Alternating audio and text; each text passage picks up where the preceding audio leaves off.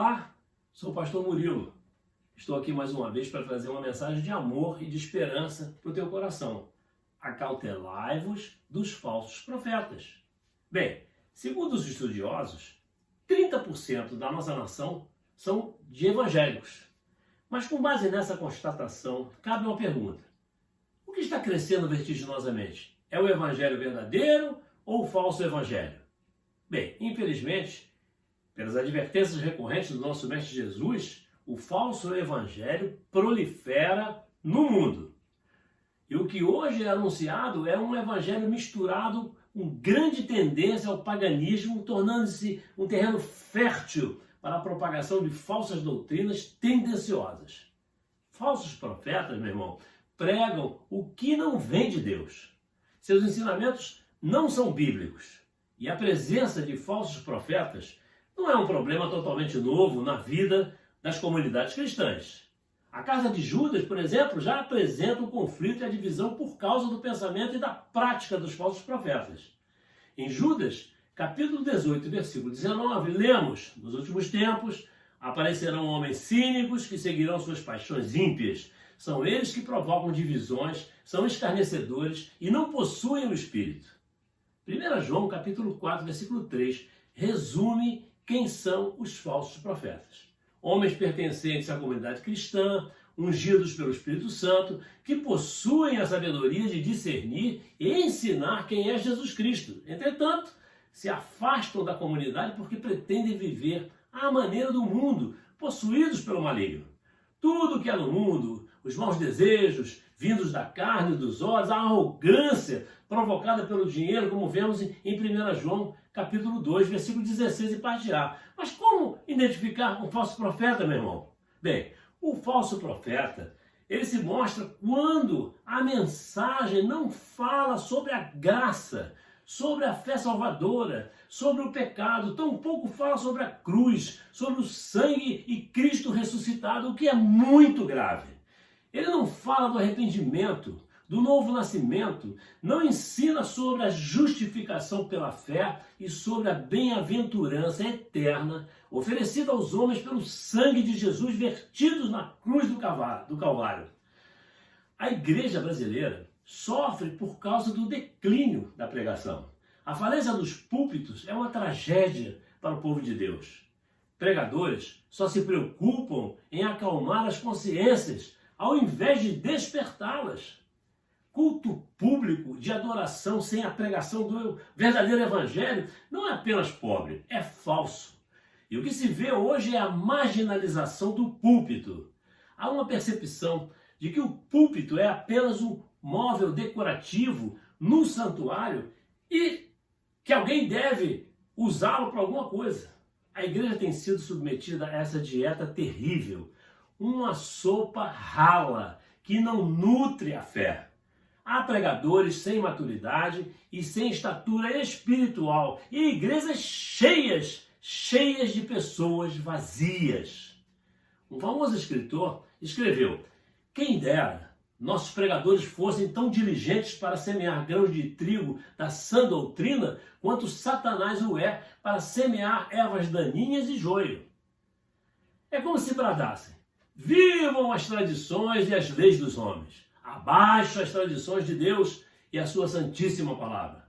Grave isso. Uma igreja igual ao mundo não tem nada a oferecer ao mundo. Um púlpito fraco, morto, é a maior tragédia da igreja. O teólogo Spurgeon escreveu: o mais maligno servo de Satanás que conheço é o ministro infiel do evangelho. Bem, sempre que a igreja é transformada em teatro da falsa fé, o púlpito em vitrine de vaidades, a pregação em shows barulhentos e confusos, o culto a serviço do entretenimento e o pastor e animador de auditório, a decadência espiritual é inevitável. O teólogo Tozer escreveu: precisamos de pregadores que preguem que o inferno ainda é quente, o céu ainda é real, o pecado ainda está errado e a Bíblia ainda é a palavra de Deus. Como está escrito em Mateus capítulo 7, versículo 15.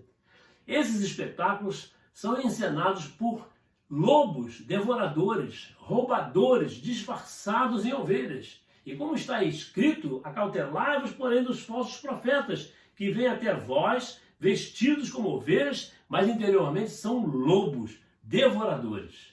Não vêm nem para servir a Deus, nem para edificar as ovelhas, mas para arrancar a lã das ovelhas e comer a sua carne e destruí-las.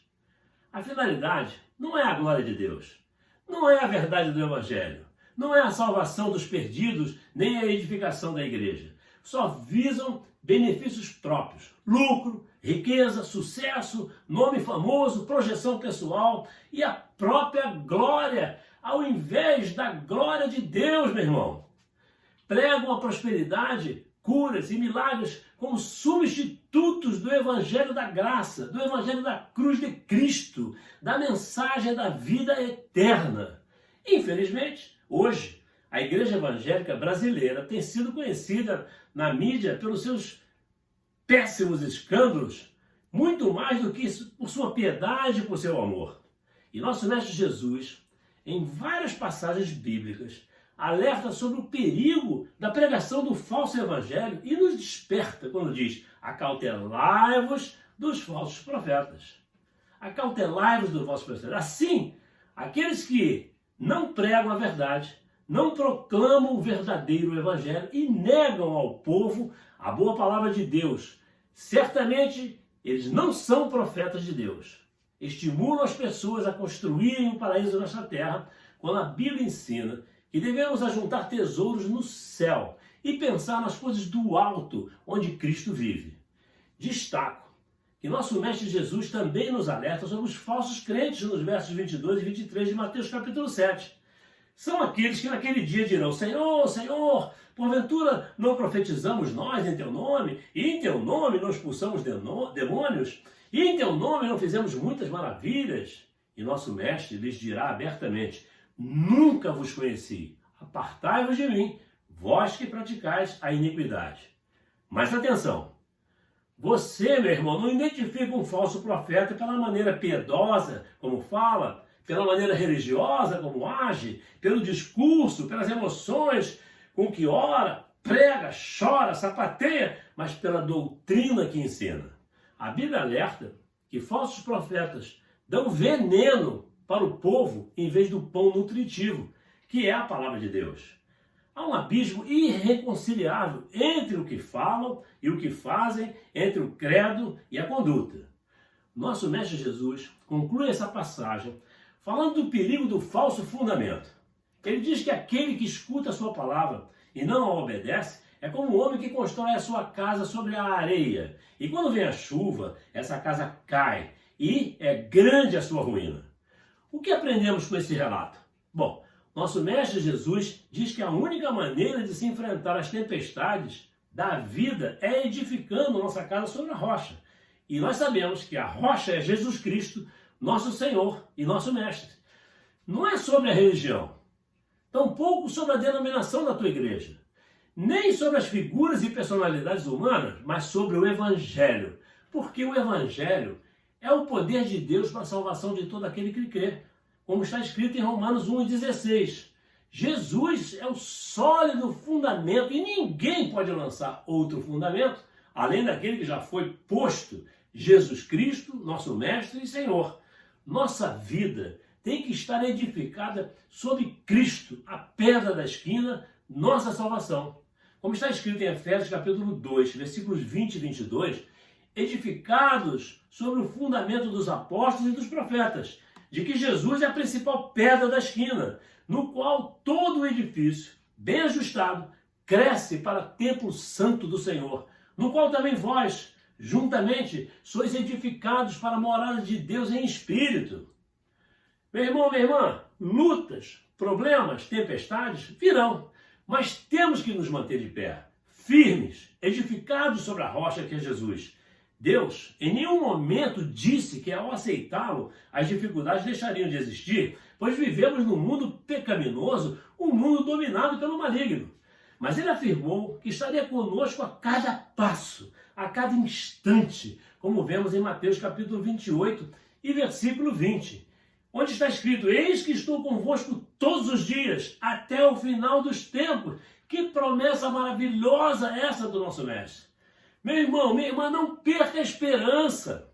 Existem ainda a verdade de Deus, obreiros fiéis a Deus, crentes genuínos, nascidos de novo e convertidos pelo poder do Espírito Santo. E acima de tudo, com um fundamento sólido.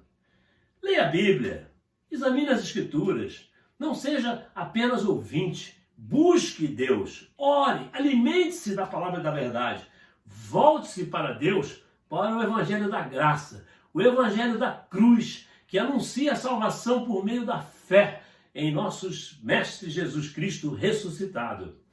Viva, meu irmão, minha irmã, para a glória de Deus, e você colherá bons frutos na sua caminhada para o paraíso eterno.